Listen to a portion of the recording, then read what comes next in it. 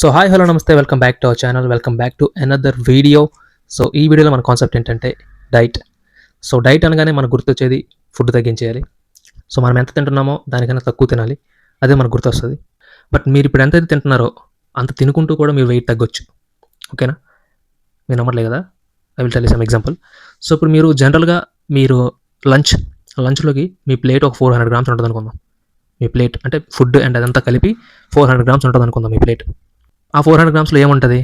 Rice, curry and some పప్పు కానీ సాంబార్ కానీ ఏదో ఒకటి ఉంటుంది.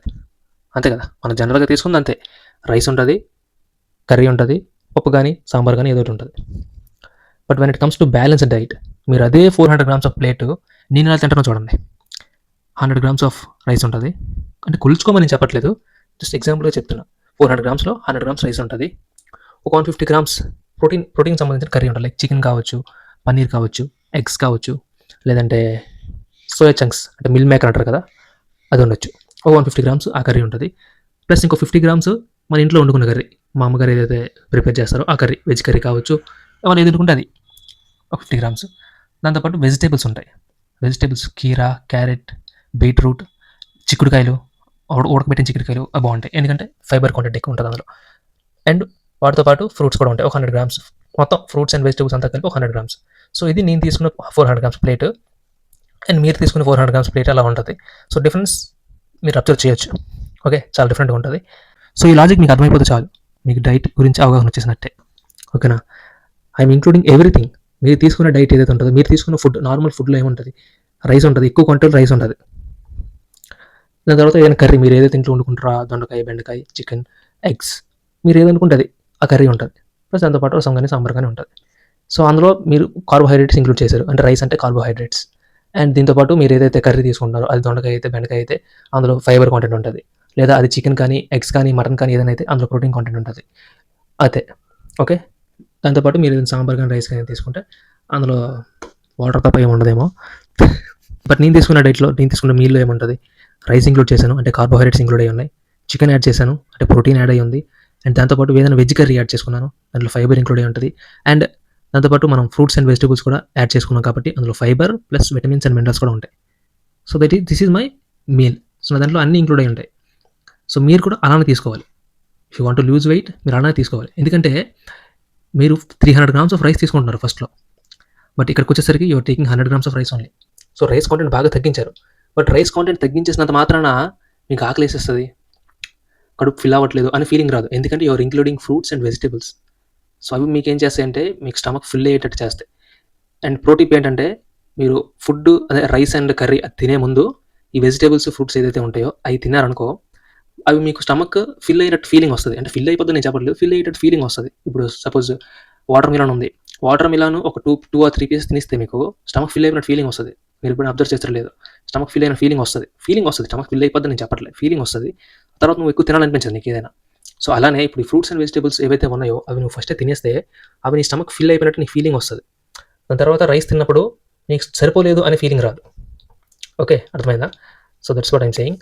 సో స్టమక్ ఫిల్ అయిపోద్ది కాబట్టి మీకు ఆకలి అనిపించదు.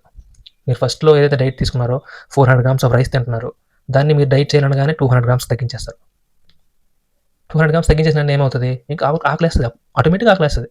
ఎందుకంటే మీరు 400 గ్రామ్స్ ఆఫ్ తిన్నప్పుడు 200 గ్రామ్స్ తగ్గించిస్తే పక్క ఆకలేస్తుంది కదా.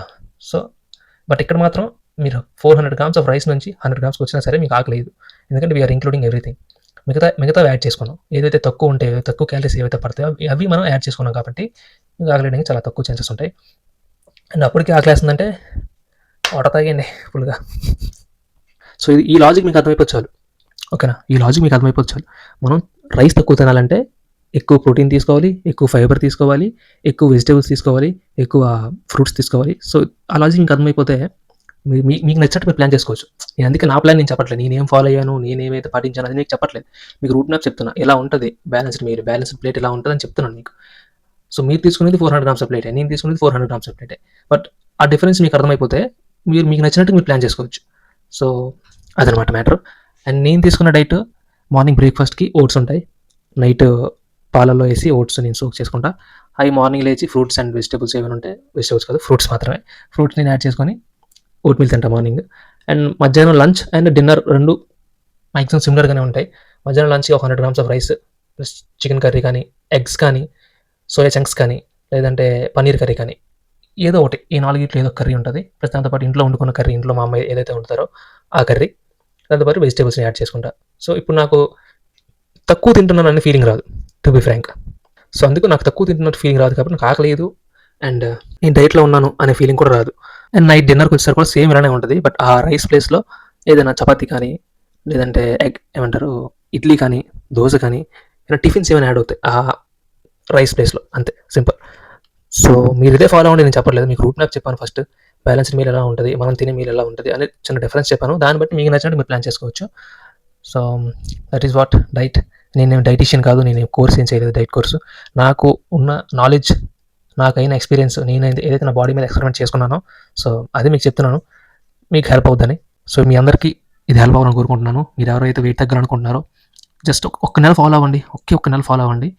మీరు తగ్గట్లేదు అనిపిస్తే నా వీడియో మర్చిపోకండి. వద్దు చూడండి. కానీ తగ్గట్లేదు అనిపిస్తే ఫాలో అవ్వకండి. ఓకేనా? నన్ను తిట్టుకొని ఈ సూర్యగాడు ఎదవ తప్పు చెప్పాడు నిన్ను అని చెప్పి అనుకోండి. ఓకేనా?